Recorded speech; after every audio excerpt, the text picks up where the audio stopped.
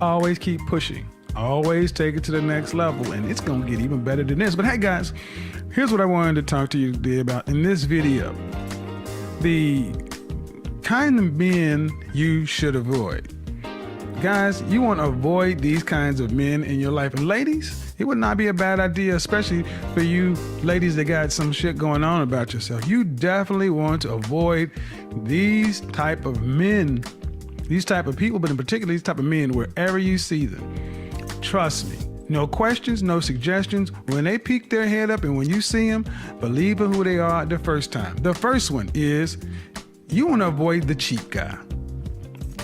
Look here, man. Money is currency and currency flows. I can use all the nice little cliches and catchphrases, but the bottom line is this, man. Nobody likes being around a cheap guy. Cheap men suck.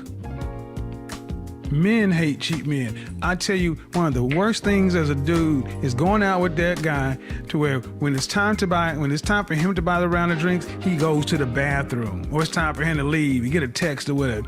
Nothing worse than when you go out to dinner and there's 6 of you and you decide, let's just split the check 6 ways. And he's like, no, I didn't have a drink, I had water. No one likes a cheap man. Here's the thing. You don't have to know why they're cheap, but if just avoid them.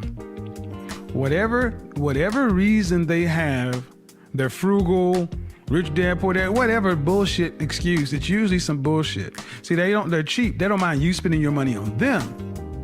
They don't want to spend their money on you.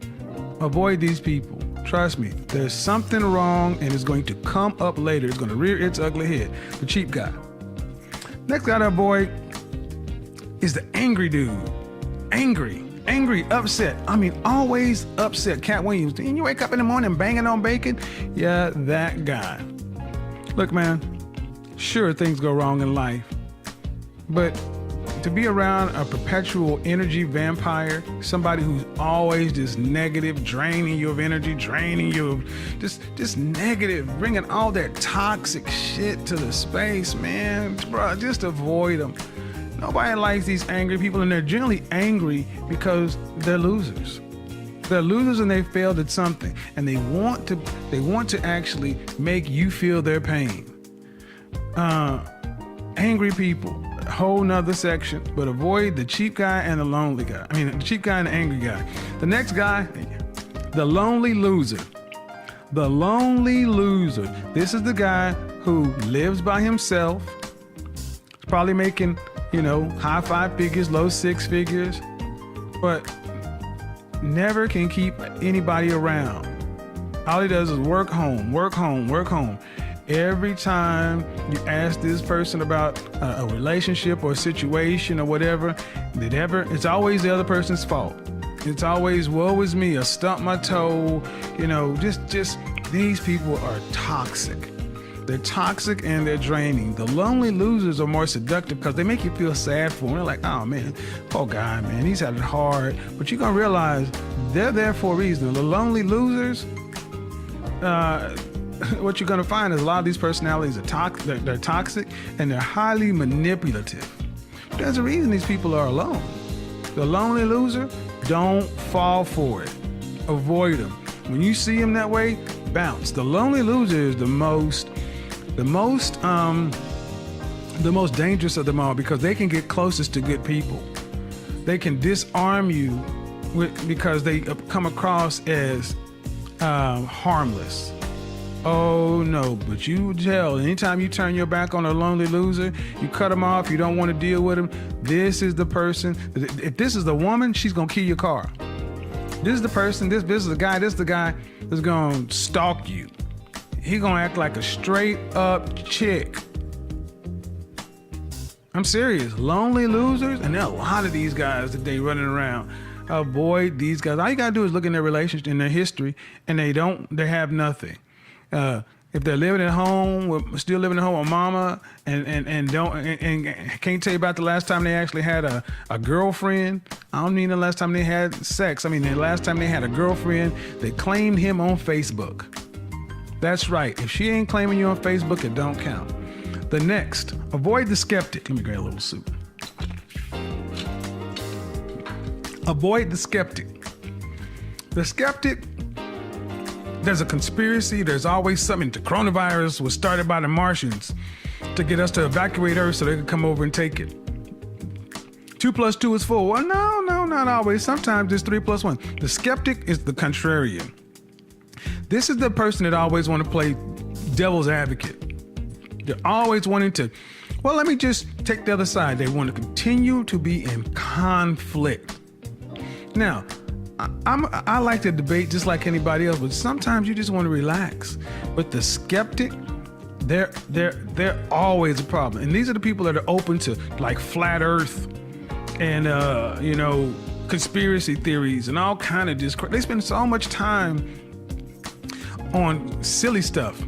This is the person they make 3 lefts instead of 1 right. I'm gonna just go left, I'm gonna go left, I'm gonna go left again. Why don't you just go right? No, man, I'm gonna go left. Just go right. No, man, I'm gonna do this left. Get away from the skeptic.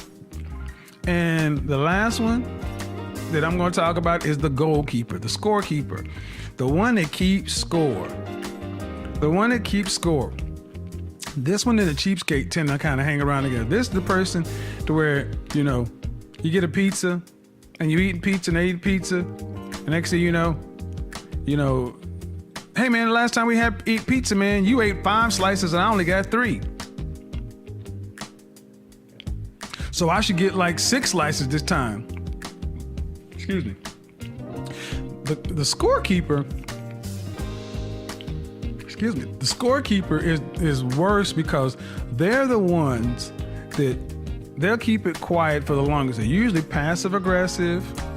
They just kind of go along. And then all of a sudden, when something happens, there's a conflict or they get upset, then they start running down everything they've ever done for you, everything they've ever given you, everything. And even worse, they start counting stuff that they did that's just normal stuff. Like, oh, wait, well, remember I paid for this, I paid for that. Well, that was your bill. They start thinking just because they did something, these people are really entitled.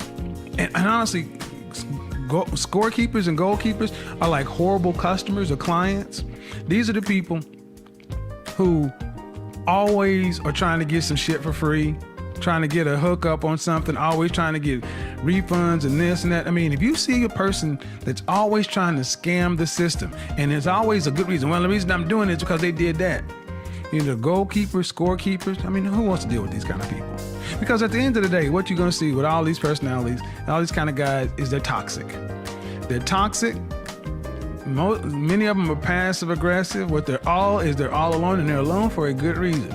You don't need to understand a dadgum thing about any of them. All you need to know is once you see these behaviors, get out. Do not think you're going to change any of these people. They are this way because they want to be this way. You're not going to have a good impact on them. You're not going